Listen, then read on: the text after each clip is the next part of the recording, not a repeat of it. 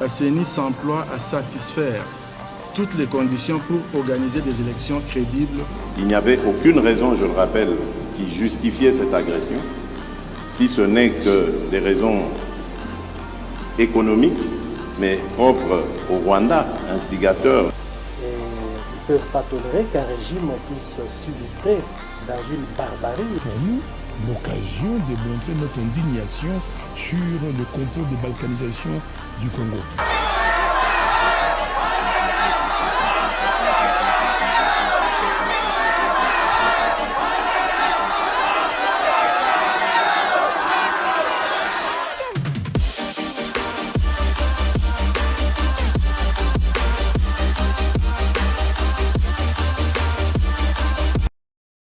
Qui vous a dit que ce pays appartient à qui que ce soit? Non.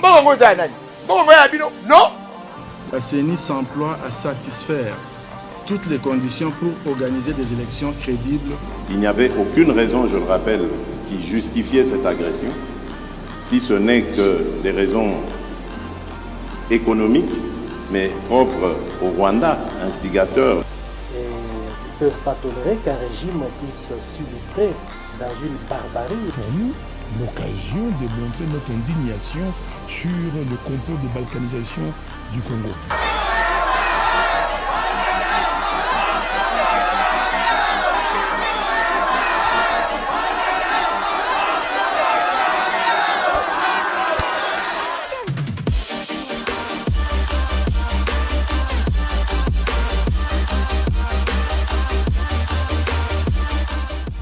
Chers téléspectateurs, merci à tous les Congolais, merci à tous les Congolaises.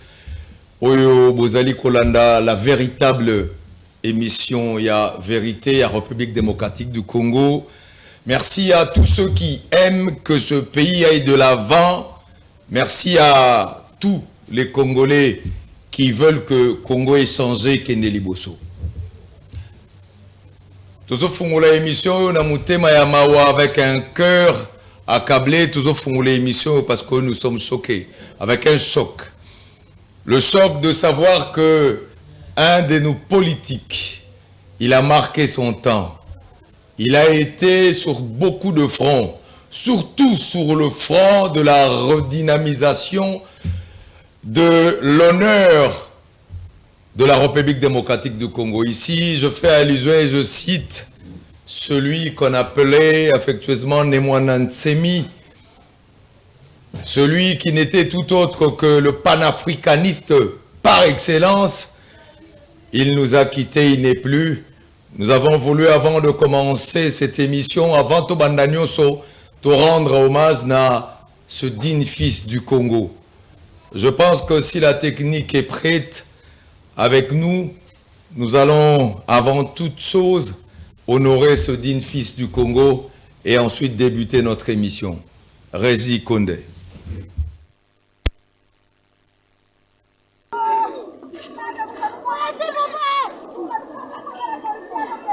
Le décès de Mwanda Ntsemi, victime d'un accident vasculaire cérébral AVC le mercredi 18 octobre 2023 au centre hospitalier Nganda, a plongé la nation congolaise dans une profonde émotion. Visage émacié, le député honoraire a courageusement affronté le cancer du poumon et celui de la prostate. Zachary Badiengila, de son vrai nom, a passé 3 mois d'hospitalisation dans un hôpital privé de l'Alliance Ndolo en face de l'Ista. Avant de retourner à son domicile, le défunt était plus ou moins stabilisé, sauf qu'il ne parlait plus jusqu'à sa mort à temps appris de ce proche. Les soins médicaux du grand notable Congo étaient totalement pris en charge par l'État congolais. D'ailleurs, le haut placé de la présidence et certains classiques du régime lui rendaient régulièrement visite.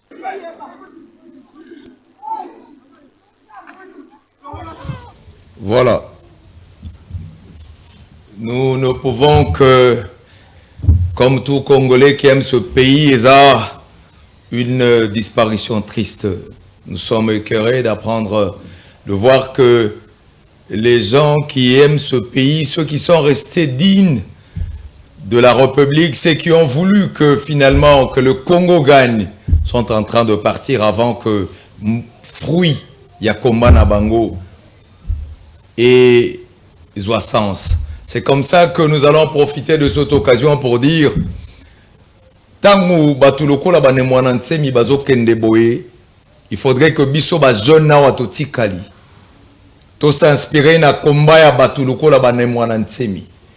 Des gens qui ont voulu que la race yaba bato baindu ou ezali une race noble et yeba pe ko telema et yeba pe ko zwa valeur et yeba pe ko miteka na lo kumunionso, parce que le noir, l'africain, c'est quelqu'un qui a énormément d'intelligence. L'africain a toujours été quelqu'un de très fécond, quelqu'un de très riche. En tout cas, Bisso Batomoïne, on l'a vu en Égypte. Comment est-ce qu'on a fait la fierté de l'humanité? Naba pyramide. Ça veut dire que tout aux Ali place au Vandi. Que le combat de Nemwana Ntsemi, celui de faire du Congo, non pas un pays où il y a des gens qui sont puissants. Le combat de Nemwana Ntsemi, oyo ezali combat ya kosala que Congolais nyon sonde azwa lokumu, à vivre malamu, azala bien, et non seulement un petit groupe. Je pense que ce combat wanatola tayango lisusu, encore et encore, c'est une occasion a été aujourd'hui pe ya kosenga na ba génération ekoya. N'oubliez pas le combat de Nemwana Ntsemi. Souvenons-nous toujours que Awa Tokuti Congo Mobimba, c'est parce qu'il y a eu des Lumumba qui se sont battus au prix de leur sacrifice. Lumumba a 34 ans seulement. Andimi Akufanae, malgré qu'il pouvait vivre, parce que le Congo doit gagner. Ici, on va parler de Rossi Timanga. Ici, on voit des gens comme Etienne Tshisekedi. Ici, on voit des gens comme Etienne Tshisekedi Wamulumba, qui a passé sa vie dans le combat du Congo. Désormais, on citera aussi celui qu'on appelle Nemwana Ntsemi, dans ce combat des nobles pour la libération totale et culturelle et psychologique de l'homme noir. Yangoana, l'honorable Nerombungu Fumu Yabanga Moyo Azali Kolela Makasi, ce grand notable du Congo central, l'honorable Nerombungu Fumu Yabanga Moyo, qui lui aussi, à travers cette émission, adresse des très sincères condoléances na famille Yamoui, na famille politico-religieuse naïe et à tous les Congolais. Voilà. Très bien. Alors, avant de m'inviter Nabiso, tu rejoins nos revues de presse. Avec vous, on va découvrir Nini Salemi entre-temps dans la République démocratique du Congo avant Toyoka. Je dis bien Toyoka parce qu'aujourd'hui, et qu'Ozala net ezalakate. Lelo eza lelo. Lelo eza lelo parce que nous avons envie de savoir qui dit vrai, qui ment. Lelo eza lelo, boyoka ba vérité. Makambe robima wa ebimaka nango mwa mingi po biso to émission vérité, mais lelo eza somo parce que to yambela bino mwana mboka. Jules Bavon, un Congolais qui aime la vérité, un Congolais qui aime son Congo, un vrai patriote, to vérifier awa. Boroyokae, ce qu'il veut pour le Congo, mais entre-temps, revue de presse avec Condé à la régie. Voilà. La revue de presse Nabiso, Okanga que désormais, le général le général qui longtemps a fait 20 ans en prison, a ébani le colonel Edi Kapen, et désormais, je l'appelle général, il est encore colonel. Le colonel Edi Kapen vient d'être nommé commandant militaire du Haut-Katanga. Donc désormais, na Haut-Katanga kuna et Rosala, le colonel Edi Kapen, yende a co-présider, yende a co-kamba ma pinga ya FARDC kuna na Haut-Katanga. Voilà. Deuxième information. Alors, na Haut-Etali, insécurité dans la République démocratique du Congo, boye bakona kwamut kuna ba miliciens mobondo bazo continuer ko attaquer ba village, il y a pas peu ba oti ko récupérer 2 villages lisusu yangwana ba habitants ya kwamut bazali ko continuer ko senga na gouvernement était na lombangu batinda renfort ya makasi pour bloquer ba mobondo pe ba bengana bango parce que population ya kwa mutu bazo komona pas mingi. Voilà. Troisième info. Voilà, ambassade des États-Unis et Zali kotalisa na ba congolais nyonso que baza prêt. Donc bazali prêt à accompagner processus électoral et à RDC. D'ailleurs Kalamingi te ba ko lancer programme et sensibilisation, il y a ba jeune union son na civisme électoral. Civisme électoral et koloba jeune union so yeba ndenge ni ko tambola na ba maponami, yeba ndenge ni ya ko respecter le électoral pour période wane senga mutu na mutu alanda Mibeko. Voilà. Quatrième info.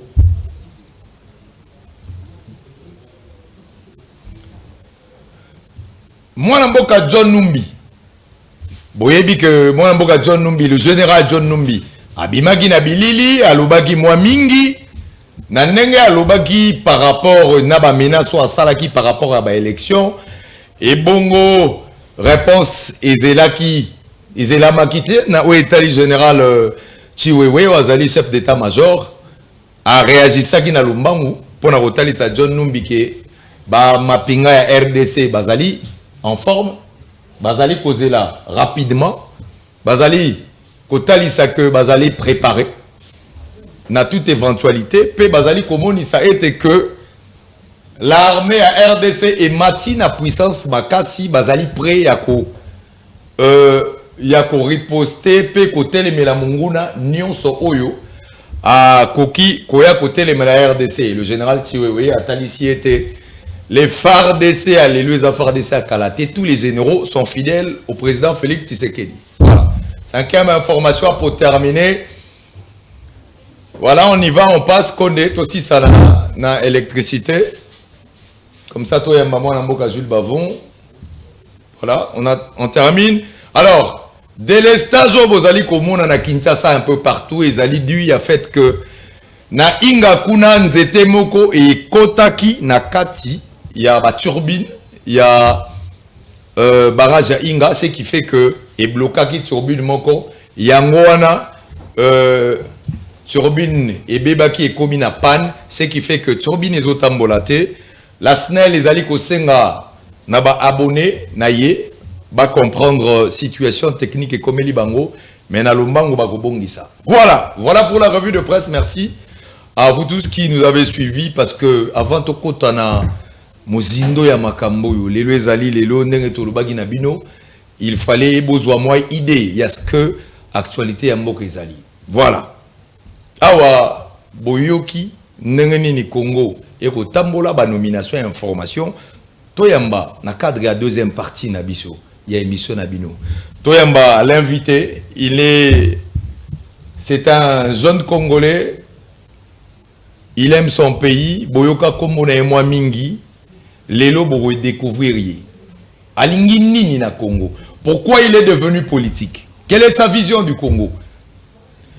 Comment il voit ce pays dans 25 ans? Comment pour lui Togo Salage Congo Kendeliboso? Par rapport à l'actualité, Nyonso et Lobami, et par rapport au processus électoral à Ropé Samakanissinae, chers téléspectateurs, nous allons recevoir pour vous aujourd'hui, et en direct, Mwanamboka Jules Bavon Mwamba, et le temps qu'il entre dans ce plateau, nous vous demandons de suivre cet élément de Nemwandansemi, Potobo Sanaete. Il a dit des choses très importantes sur les élections et je pense que vous avez mérité Boyokango. On y va à la technique. Okikotangila bino batu ebele na mboka oyo bazana bango ba Congolais te. Yangwana na lobina bino boye. Avant bokende na ba élection, bozo risque botia mupaya mususu na pouvoir. Na lingi ba politicien nyonso mutu na mutu aloba origine na ye. Comme ça ba Congolais ba koyeba e ba koyeba nani to sengeli ko pona.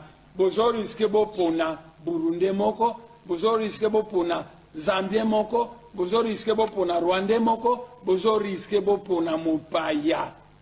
Yangwana na lobi nalingi avant les élections, chaque politicien congolais doit se présenter.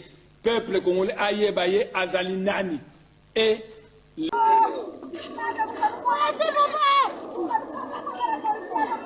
le décès de Mwanda Ntsemi, victime d'un accident vasculaire cérébral AVC le mercredi 18 octobre 2023 au centre hospitalier Nganda, a plongé la nation congolaise dans une profonde émotion. Visage émacié, le député honoraire a courageusement affronté le cancer du poumon et celui de la prostate. Zachary Badiengila, de son vrai nom, a passé 3 mois d'hospitalisation dans un hôpital privé de l'Alliance Ndolo en face de l'Ista. Avant de retourner à son domicile, le défunt était plus ou moins stabilisé, sauf qu'il ne parlait plus jusqu'à sa mort à tant appris de ce proche. Les soins médicaux du grand notable Congo étaient totalement pris en charge par l'État congolais. D'ailleurs, le haut placé de la présidence et certains classiques du régime lui rendaient régulièrement visite.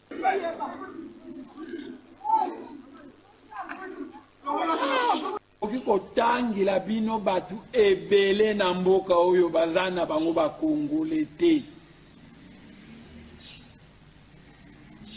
Yango wana nalobi na bino boye. Avant bokende na ba élection, bozo risque botia mupaya mususu na pouvoir. Na lingi ba politicien nyonso mutu na mutu aloba origine na ye. Comme ça ba Congolais ba koyeba e ba koyeba nani to sengeli ko pona. Bozo risque bo pona Burundi moko, bozo risque bo pona Zambie moko, bozo risque bo pona Rwanda moko, bozo risque bo pona mopaya.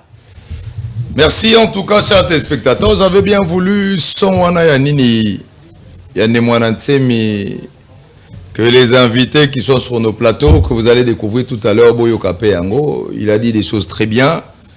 Mwanda Ntsemi, mais je vais quand même récapituler. Mwanda Ntsemi à lobby, avant de présenter l'invité Nabiso, Mwanda Ntsemi à lobby, il faut total à Rabanani Bazaba candidat Nabiso, na présidence de la République.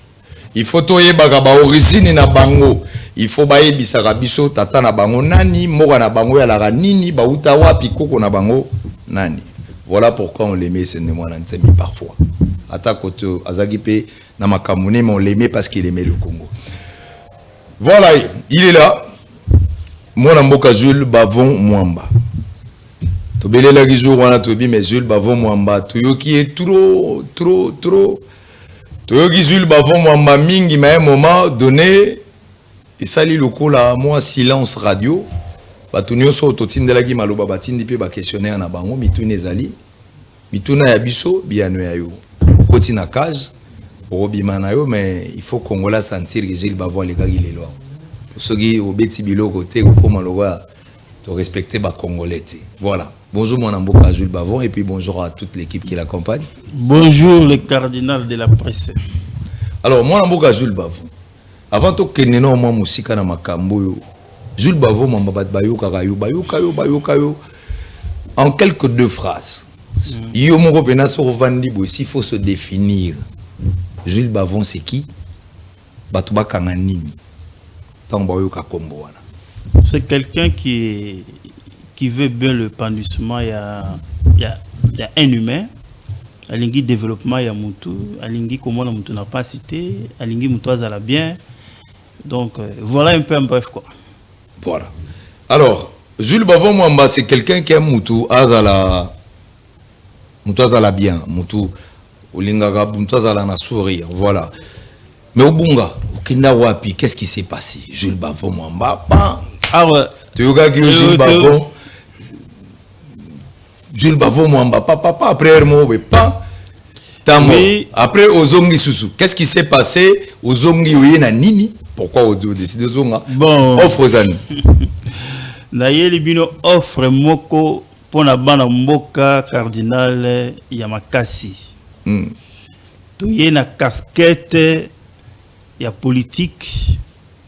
To saleli bino parti moko ya lukumu, parti moko oyezo ko incarner ba valeur moko ya makasi pour que to tambisa mboka malamu peza. Na yango kombo parti na biso ezali Alliance pour la nouvelle classe libérale, ANCL na mukuse. Na lingi kokota na ba considération ebelete, na lingi tolobela mingi politique, koto bungi sabatu makanisi makasi te, parce que ce qui politique et kotambola malamu te, yo kolata zambala kokota na messe kota ya batu te, pasteur akokota na église te, musique ekobeta mate, bale kobeta mate. Voilà. Na yango na lingi penza bo comprendre offre na biso politique, bo comprendre idéologie na biso, bo comprendre nzela na biso, direction na biso politique eza nini. Na yango eloko toyeli awa makasi yango wana pona kotalisa na bana mboka ya mikili mobimba que lelo tozai pas cardinal mwata ya silence elikaki tolobi que rentrée politique na biso tozo salela yango epa na yo, alors tokoloba ndenge yo moko lobi wana, donc mai kozala na monoko te mayobi ke awa bomba bomba mabe na ebite soko yebi awa bomba eloko te. Jules Bavo Mwamba batu batinga na tuna yo na otuna parce que au-delà d'être un président aux acteurs de développement yo moko lobi yango batu ba yebi. Les gens connaissent Jules Bavo Mwamba. C'est content ba moni babi mais Jules Bavo Mwamba c'est vrai rentrée politique tout ça.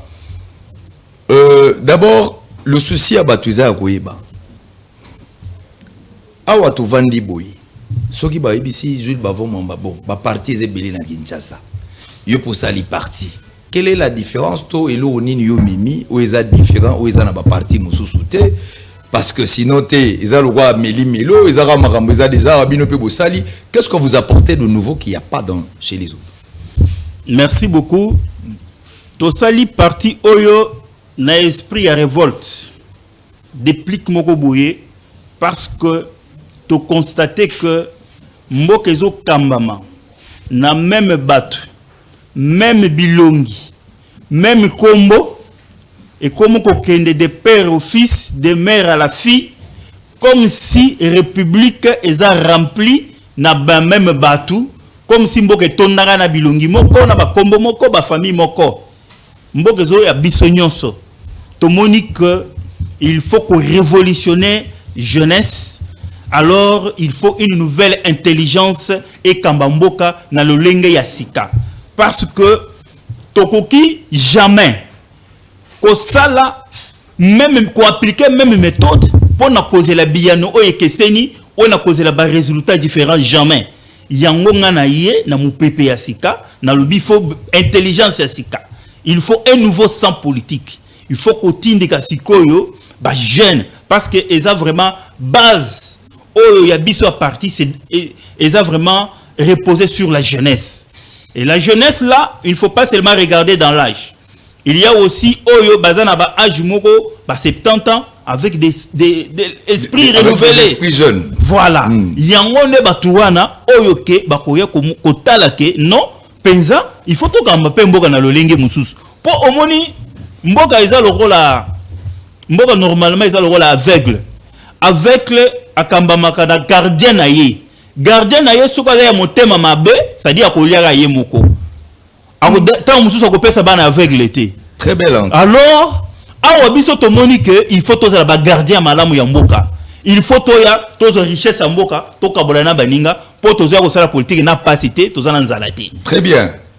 Na kangi babilo mibale mais on répondre faut vraiment na sentir que ba bilo eza mais toke na ngoti na suka po bandi biloko yo moko ngana tindi ote mokena donc toke na ngobiso cardinal apparemment ozobanga te yo mto bandi balo bate o kranem tamemi po bat bayaka ote kranel yo memara batu te yo mto bandi olobi biloko mibale qui m'a intéressé. Olobi d'abord que kaka bilongi moko né depuis un certain temps, depuis des générations, et comme il est plus grave, comme le roi ba royaume tata na mwana na koko na ba on est bazo gérer.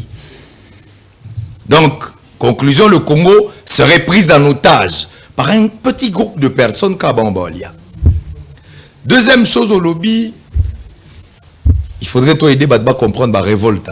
Si on dit qu'il y a révolte dans l'air, révolte, après c'est une connotation, à combien on a John Numbi Pabimakiawa. À lobby, donc, na époque, na période, il faut rejouer avec les mots, les clarifier. Première question dans les alliés, tant que le pays a été pris en otage par une certaine génération. Mokoboé. Expliciter biso moi bien.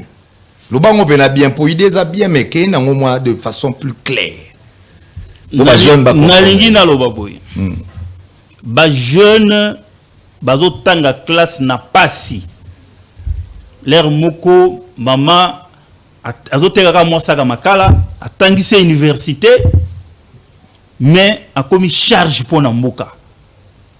Charge pour n'amboka pour nini parce que misala ezate on ko brancher ezate donc combien branchement soko tambole bisika ya mikili mususu ozomona que diplôme na yo okokotisa mukanda na yo ya chômeur na esika esengeli bako bengisa yo soki offre monani et puis emonanaka toujours to calculer depuis 2014 tu créé parti Oyo, tu as en 2016. Tu as que il faut travailler dans la population pour comprendre que destin ya vie na bango eza na maboko na bango. Ce qui balingi to kende liboso to kende liboso. So balingi bazonga sima ba kozonga sima. Mais ah le bilan m'a bloqué wana côté na CP dans makasi. Côté bloqué ba le Congo a été pris en otage par un groupe de personnes. N'anganinga comme place wande okatinga. Tena na épicé kaka, mon les ala yozola mbanga na épicé y a pas de problème. Na épicé on a fongola ka brèche. Jules bavo maman on vandi boy. Honnêtement entre nous, tout a na pena pour pas te faire biso na bandako. Tango loba bazui biso en otage, ça lui joue exactement à quoi, à qui par exemple. Moi deux exemples et ça m'a bêté. Ozolobe kali solo ya Mobutu nalingi na banda nazo koma wana de place kutu nalingi na kota penza na kota na kati yango wana alors okota la bilongi moko wana ba kombo moko wana basali na papa Mobutu personnam basali na papa Musée personnam basali na papa Joseph Kabila Kabange après les lots Batouana lisusu Bazana Félix Tshisekedi Tshilombo bazui biso en otage. Donc on doit comprendre que mboka ekomi lokola etonaka na batouana bakombo moko wana bilongi moko wana nazana ta kotanga bakombo na bango te tengana ko edeo. Je suis là pour ça. Na kotanga kombo na bango te tengana ko edeo, y a pas de problème, allez-y na ko edeo na parce que même na kotanga na yo ngai nazo sala politique ya ba valeur auto défendre nazo sala politique ya ba kombo batute mais je voulais dire que toko continuer na même méthode potoze la biano oyo keseni na gestion ya batouana ti. Alors nous devons pousser le peuple ya ko se prendre en charge, va comprendre que il faut maintenant un nouveau sang politique où il y a saison ya makambo sika. Il faut mamba sika. Donc nouvelle intelligence. Voilà. Mayela sika, boanya ya sika, batu ya sika, bakamba mboka ndenge to bandina Félix pour te soutenir ye. Une parenthèse, depuis ko banda opposition, ti ndenge to zu pouvoir parce que naza parmi batu oyo ba gérer regroupement politique ya feu patriarche qui tengeye personnam. Ti ya koufi FPAU. D'abord CR et continue FPAU. To zaba figure ya minene ya FPAU. Voilà. Il y a bali de peste parce que to bandi depuis rassemblement ti nenge to zana pouvoir le loboy. Alors tozo linga to des douaniers chefs de l'état na biso na ba travailleurs na batu oyo ba ko s'approprier vision na ye parce que vision ezana mutozo pèse impulsion ezana ba animateur et vision. Donc si je comprends bien, moi n'importe si je comprends bien, au Bongissa, place aussi, justement c'est ça. Au Bongissa, place au Monakisa Yangote. Donc pour Nayo Jules Bavon, vous vous dites, le président Félix Tshisekedi a visionné bien, mais il y a des gens qui sont très mal habitués à piller, à voler, tout ça, bazo aider que vision et chef de l'État est décollé. Yango na lobby na chema ina monokote. Voilà. Vision et chef de l'État ils ont animé. Donc animé bazo animé en apesi impulsion. Apesi makanisi. À lobby il faut ça là apesi plan d'action. Mais les animateurs ont des têtes ailleurs. Bazan mutu sur place té. Oui, le jouisseur, il faut aller doucement. Oui, le jouisseur. Bon, voilà les termes na yo. Tega singa na calmer pour yo que na jouisseur pamba. OK, tozonga na masuto robeta.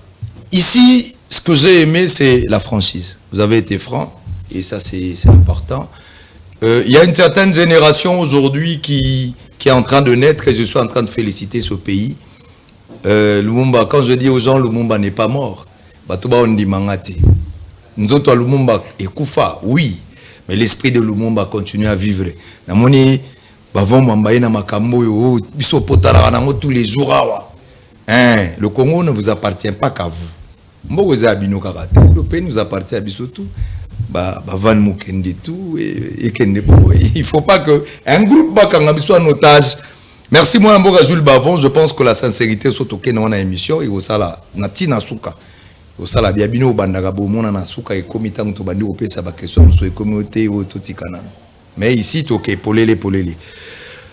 Jules Bavon Mwamba qui est un véritable tshisekediste qui vient dénoncer un certain entourage, un certain groupe de personnes oyo balingaka toujours le grand hôtel, balingaka toujours les voitures de luxe. Oyo balingaka toujours qu'au traverser, être du côté du pouvoir, même si ce n'est pas pour l'intérêt du peuple. Mais to vandi boy, oyo ki John Numbi Bimi, alobi, accord. John Numbi alobi, élection ezega to yukanaki. John Numbi alobi a menacé ceux qui bosali makambo malamu te. Na ba élection, il y a coupé sa meeting de na ba généraux et puis bako détruire œuvre oyo bango basalaki bango. C'est bon. Réaction par rapport aux propos de menace de John Numbi. Omoni mboko yo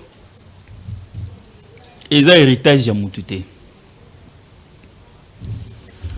Eza te ke mutu moko boye abotami akuti mama na yebise moni bilanga na sala na sumbela ko Congo oyo. Oh, eza bongo te. Mboka eza ya biso banso. Toza na même droit yango de biso tozo bundela. Ba tu vas comprendre que le pays ne vous appartient pas. Ça appartient aux Congolais. L'État c'est les Congolais. Donc d'accord on a pour nayo du moment que ça a intérêt à Congolais c'est du chimérique, c'est du chiffon. C'est un rêve vide. Est-ce que Moutokolo Bakengam n'a pas au pouvoir et puis je vais du décret ou des forces pour récupérer yango? Yo zanani. Yo zanzambe. Na olinga yo zanani ai. Mikolo ole ona olinga yo zanani. Ozanani. Wana biloko ya général John Tiwi. Non, on a voulu transformer RDC lokola empire moko boye.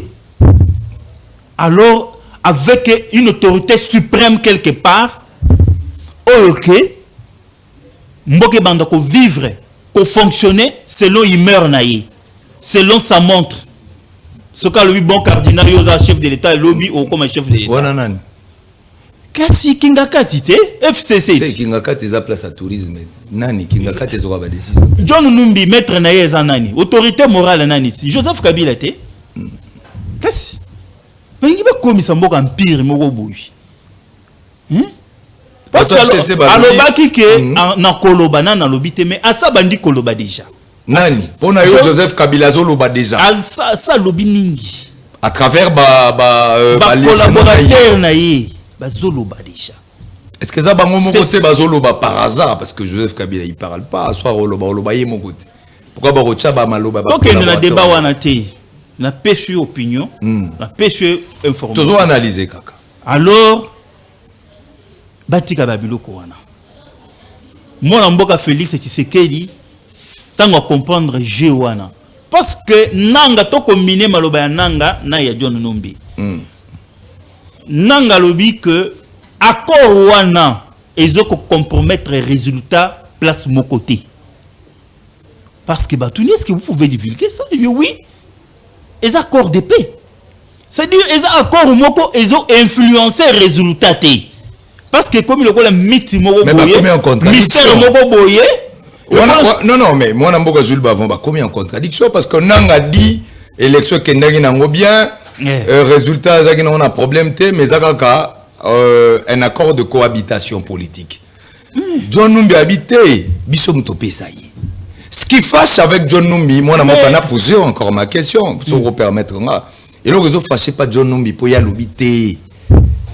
Et accord qu'on est à la guité au thé, bisom topesi, tu sais qu'il y a du pouvoir. Je vais citer les mots de John Numbi. Il va répondre en analyser na biso. John Numbi dit, topesi fait tu sais qu'il y a du pouvoir. Bisom to sali. Le quoi zo, il sala nenge to yokana guité to retirer pouvoir. Au moni John Numbi azam tu as sécurité. Soka lobi ke toko sala basi bas meki basali isimbindete. Oh, yangoni ya komoloba. Ezama kelele weze. Général mokote akolanda bango.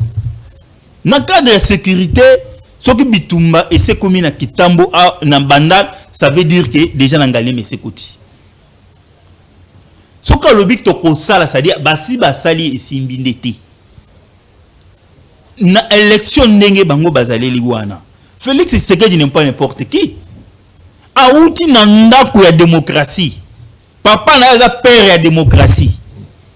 Biso ba père na biso za papa boti cardinal, papa boti Van Mukendi, papa boti Jules Bavo Mamba mais papa na za père ya démocratie. Na mboka oyo. Bongo tangi mamba papa pona. Pona l'aksake papa Tshisekedi wa boti Félix.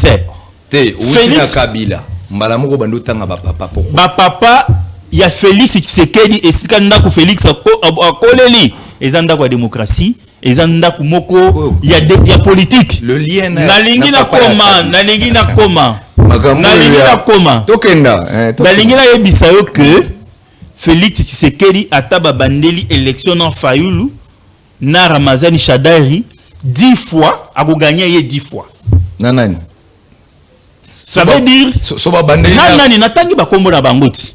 Voilà, bah toi, Kala, prenons le nouveau candidat. Mais pas candidat. T'es Ramazani Azate. Alors, Nangina Talisa, ok. John Numbi, Azaïna pouvoir à couper sa moutouté. Félix Tshisekedi avait bel et bien gagné les élections. Et là, on a gagné le Bayangoana. Alors, Batika Makeli, ya Pamba, distraction, ya Pamba. John Numbi représente quelle image? Babi Bassala a 18 ans, ils connaissent l'appareil sécuritaire, hein. Quand on parle de John Numbi, s'il vous plaît. On va chez Béa. Génocide Kassayen. Balingi ba exterminer ba Kassayen na Katanga. C'est ça John Numbi. C'est ça l'image de John Numbi. Oyo lelo ozo mona le kola un modèle, ce n'est pas un modèle. On l'a pas pris comme pour un modèle, hein. On a posé des questions, il répond des questions. Merci. Le général Chiwewe n'est pas répondre à John Numbi en tant que militaire. Il a tenu à fixer l'opinion. Je crois que si on est en harmonie avec la technique, on peut avoir l'élément de John Numbi, mais avec le son. Avec l'élément de général Chiwewe.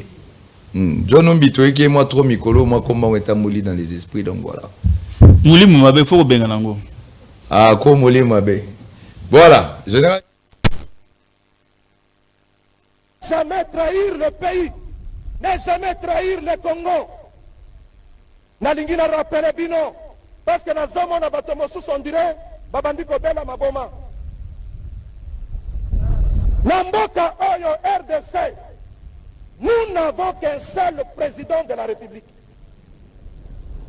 Nous n'avons qu'un seul chef de l'État. Et nous n'avons qu'un seul commandant suprême. C'est le président Félix Antoine Tshisekedi Tshilombo. C'est lui le président. C'est lui notre commandant suprême. Des commandant mon sous-souté.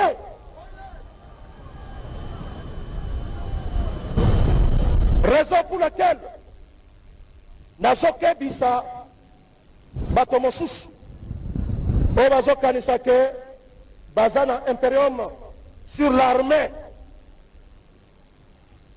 ofandi soki wapi okomi koloba oyo bagénéraux kotanga kombo ya général te kotanga te kombo ya colonel te tika mokonzi ya mboka ministre de défense na ngai totanga bakombo ya bagénéraux yo kotanga kombo ya général ata moko te soki oza na besoin ya bitumba yaka okokuta pe biso tokobunda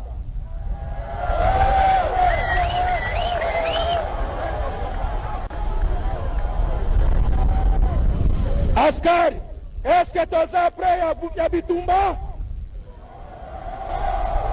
eske toza prêt ya kobunda na banguna na biso bagénéraux na bacolonel eske boza prêt ya bitumba koya koterrorize biso wa te ongai yo nani les histoires évoluent yo zozonga kama kambo ya kala même ata nzoto yango kaselembaka. Merci. Le général Christian Chiwewe Yonani mikolo ezaka soki ozosala makambo ezanga mutuna makolo tokotala ona misu totala totuni ona suka Yonani tokomi liboma ubandi yango tochao ba chaîne Yonani mikolo ezaka nengwana soko bandi kaka tokeno malembe Yonani donc bato ba déclaration il faut peser vos déclarations. Il faut peser vos déclarations. Moi, Jules Bavon, réaction, une réaction musclée qui n'a pas tardé. Après, chef de l'État Yambi, généraux tout, Sololi. Commentaire par rapport à l'élément et surtout par rapport à la mobilisation et à chef de l'État.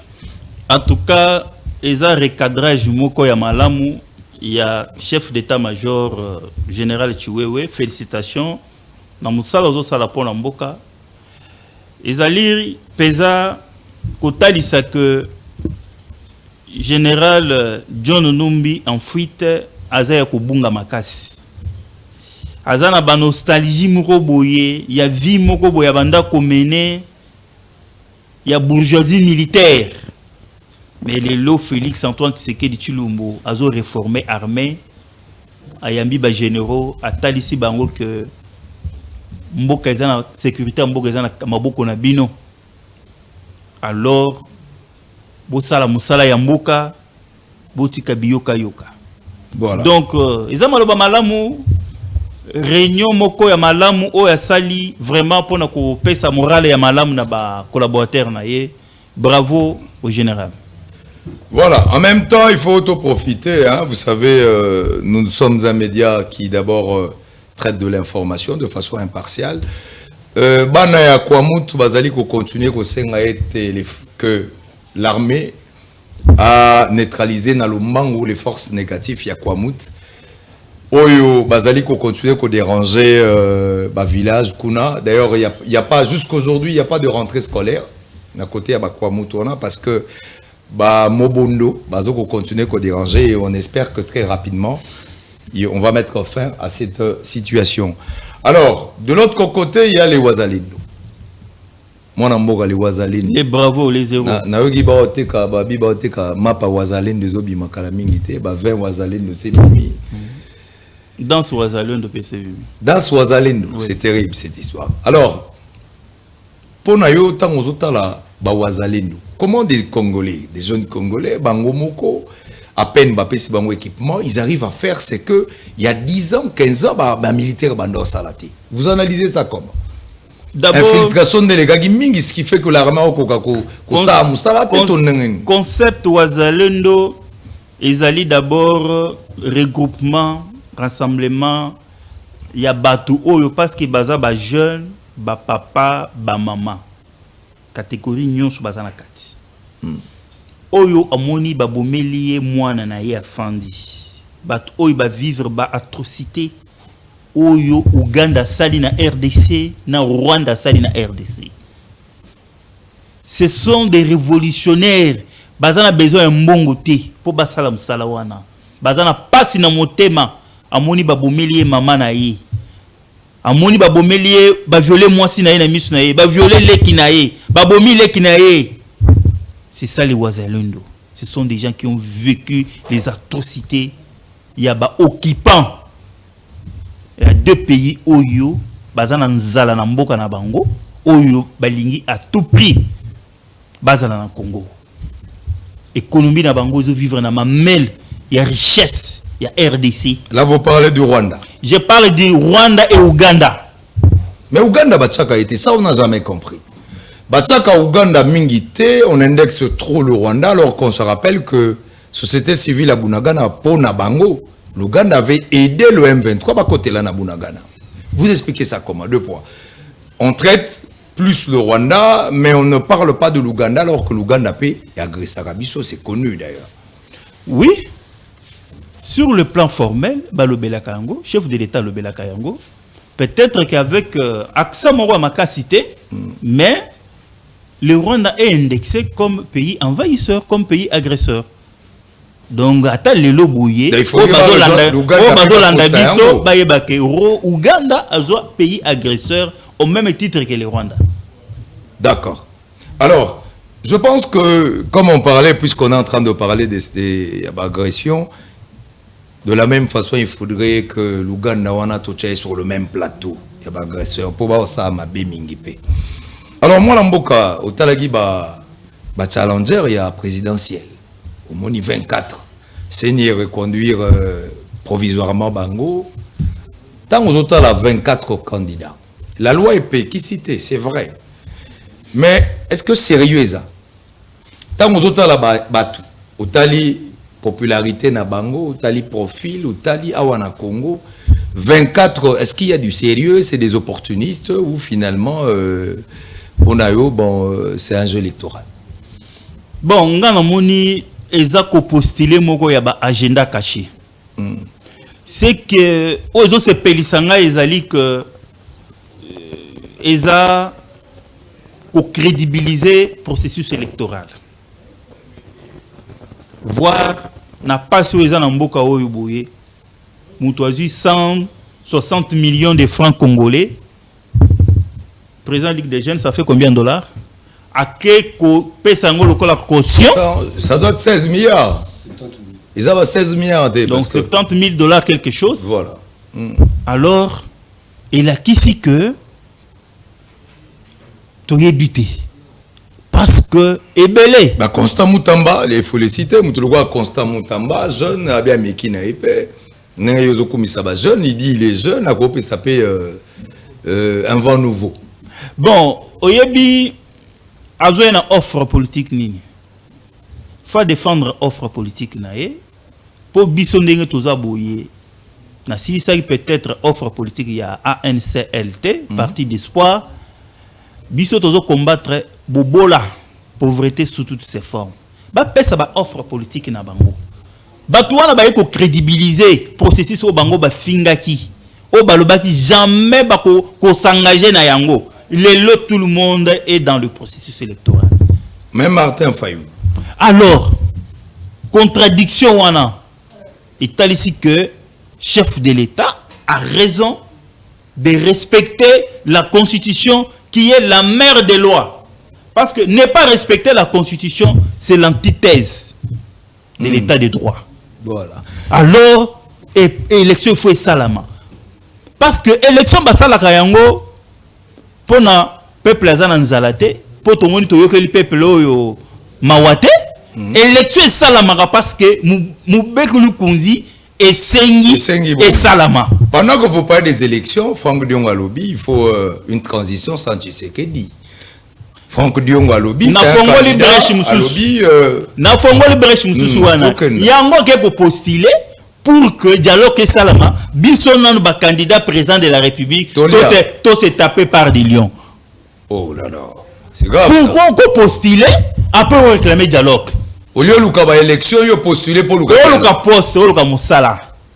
Moussala qui est né au et pas cette réflexion-là mérite d'être approfondie parce qu'elle a tout son sens. alors luka élection après si on a ébélé na élection on a senga maponami yazo senga dialogue tokende koyokana baké ko postuler dans sens que to luka dialogue alors un candidat président de la République a kozala na mesa d'abord ya liboso voilà et dialogue izate kulutu na yo nani paza mais uzobeta masona été c'est un candidat non nani Théodore Ngoyi ah ouais yakina jeune fille à te maramba maman les zate pardon non mais bolimbisa biso maramba maman moi je ne nakota kunate parce que ce sont les hommes qui nazo que référence c'était na bando le mais tout ba igina basina ba kunate le problème c'est quoi avec Théodore Ngoyi pour la moine tangi gaye non mais na bandi moko côté basé beli OK to continuer non mais Théodore Ngoyi le bielo to le biga maman wana. Ça, en quoi ça dérange? Jeune fille. C'est trop dur. Je pense qu'il a un parti politique. Alors, parti où on a un militant wapi. Dans l'église, je ne sais pas. Alors, on a vu que Bassal Nzambe, Tozoto Sabino Makasi, Bosambe la rapona biso, Bosambe la rapona mboka, Tokende na mayele ya malamu, Toka mboka autrement. Bosala ya bino musala oyo tozo tosala bino butika makamboyo po makamboyo ndenge koti boye okozwa bâtir na sens nyonso. Voilà, Adolphe Muzito quand même hein, azana ba tribune na ya salaka Adolphe Muzito un monsieur intelligent na commenter candidat nyonso tenons sauter moi de to ramasser comme ça hein, pour on va se faire une idée de façon générale. Bon au fait moi aussi na nga ko tuna postuler la ngape na dit oh ngai naza mutu afati na postuler ndeni. OK. Siko ça veut dire que biso pe toko kena biso ko postuler. Il faut aussi olatakazak wana ya kozala na dimension présidentielle. Est-ce que vous êtes présidentiable? Ou bien aux sala yango pour vendre l'image que moi je retiens les agendas cachés. Ba to belé bazana ba calcul nengo to bimisa makambo ba Frank Diongo. Yo mtukene élection après comme Luka Susu tokende non ezali c'est quand même bizarre c'est ezali schéma oyo bazobunda nango na Seniko na ba société civile mususu na ba acteur politique ebele Fayulu ayebisi bino albi Martin Fayulu albi ba conseiller ngai pas ba partenaire nanga ba albi kendo postuler il n'y aura plus de dialogue c'est déjà tard c'est ça ce que ça cache ba partenaire ba il y aura plus de dialogue ba yebisi kendo postuler. Ça veut dire comprendre qu'il n'y aura plus de dialogue. Bon, apparemment, moi, je Martin Fayulu, le pays, il n'est pas compris. On dit conseiller en retard. Ça, je n'ai jamais compris pourquoi. Conseil à moi en retard. Je peux avoir le retour qu'on est. Conseil à moi en retard. En 2018, conseiller en retard, on dit ma machine à voter, on dit en retard, conseiller. J'espère que cette fois-ci, on aura conseil avant pour avoir conseil en retard. C'est ça là bien. Alors, président, le temps c'est le temps. On me fait signe de l'autre côté à la technique que les belles choses ne durent pas, malheureusement, mais c'est ça la réalité du temps. Toi, avancer dans nous, toi, chuter, na yo moko nanu. Olobi nzale c'est là. Combattre la pauvreté sous toutes ses formes. Le libéralisme politique en marche. L'entrepreneuriat. Ah, entrepreneuriat, c'est bon.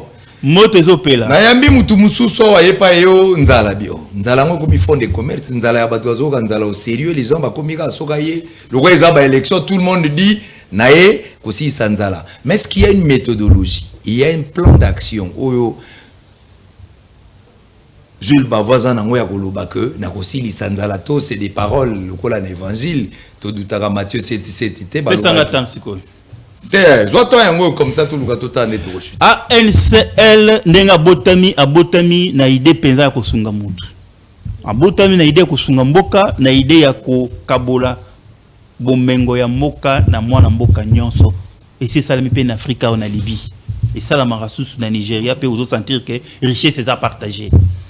Modèle économique na biso ezali le libéralisme politique. Ko prioriser secteur privé. L'État a soutenir le secteur privé. Alors, voilà. À soutenir le privé parce que la démocratie, la social-démocratie,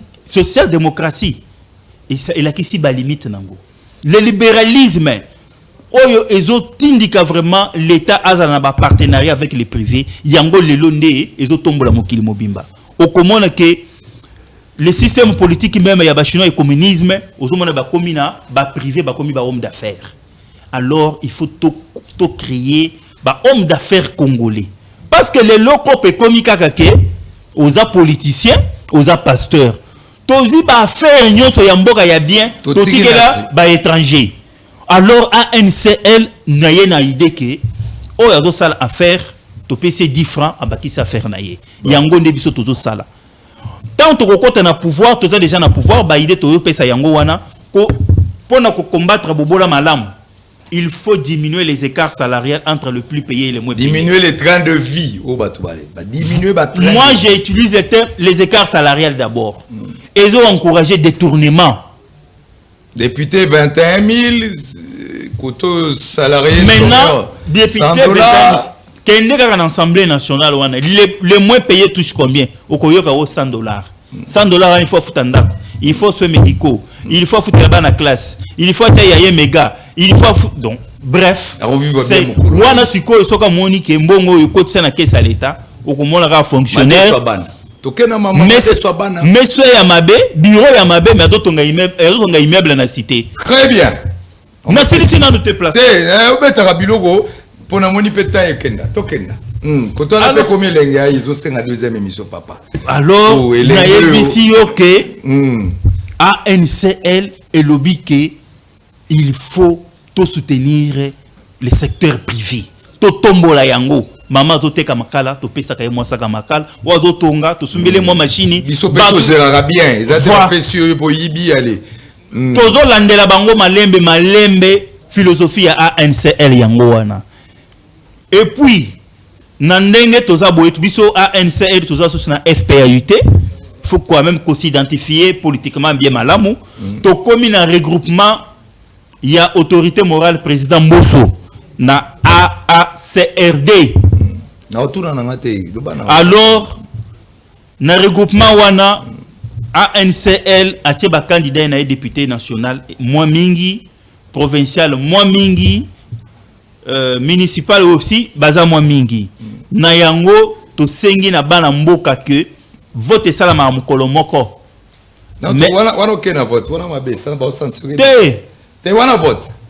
To kolobaka que ANCL oyazana projet ya kitoko pona ba kinwa ba congolais offre ya koloba mutu na muta comme millionnaire. Sokoli ngo comme millionnaire landa na ba candidat ANCL pour comme millionnaire. Comme mutu.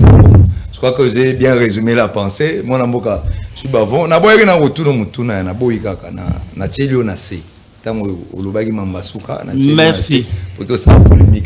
Voilà. L'émission est terminée, mais on va permettre si 1 minute rapidement surtout qui vous a accompagné mon amboka. Mon amboka Van Mukende. Vous avez un grade dans la partie. Moi, Van.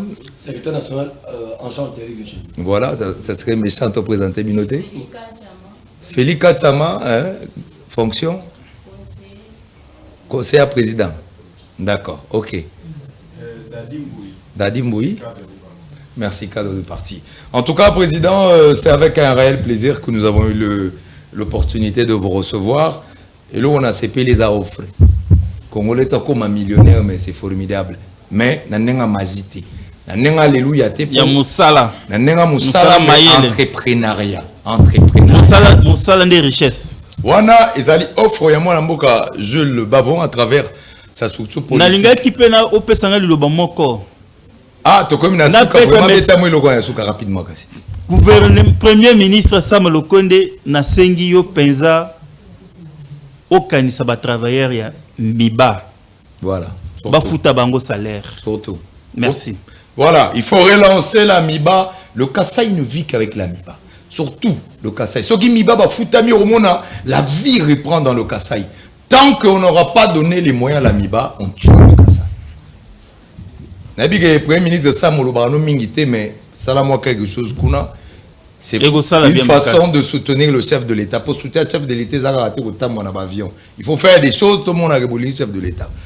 Cette émission est vraiment terminée. Je dirais un grand merci à toute l'équipe qui m'a accompagné, surtout dans Okangara et Logo Mogo. Jeune Folamouka, on est fatigué de vivre la pauvreté. On est fatigué de faire des choix à bateau et soka comme na parlement baolia bango moko. Il est temps que Yonanga Peto se retrouve. Sinon mboke tondi na bilongi moko te. Ah, mboke tondi na bilongi moko kaka. Te pouvoir et kangami peka na bilongi moko. Merci, sinon cette émission est terminée. Merci au président Jules Bavon Mwamba. Merci pour Cardinal. nous avoir honoré l'offre politique au APC Bisso. Merci à son équipe qui l'a accompagné. Merci à Christian Loa. Merci Josué et en même temps Condé à la technique. Sans oublier Judith Landi, la grande dame des grandes dames. Sinon, émission Oyo, Ponalelo et Sili. Mais nous gardons en tête qu'il y a un nouveau parti depuis 2014 qui vous offre un Congo différent. Mais Binoto Boko Maba billionnaire. ANCL. Merci. Qui vous a dit que ce pays appartient à qui que ce soit? Non. La CENI s'emploie à satisfaire toutes les conditions pour organiser des élections crédibles. Il n'y avait aucune raison, je le rappelle, qui justifiait cette agression, si ce n'est que des raisons économiques, mais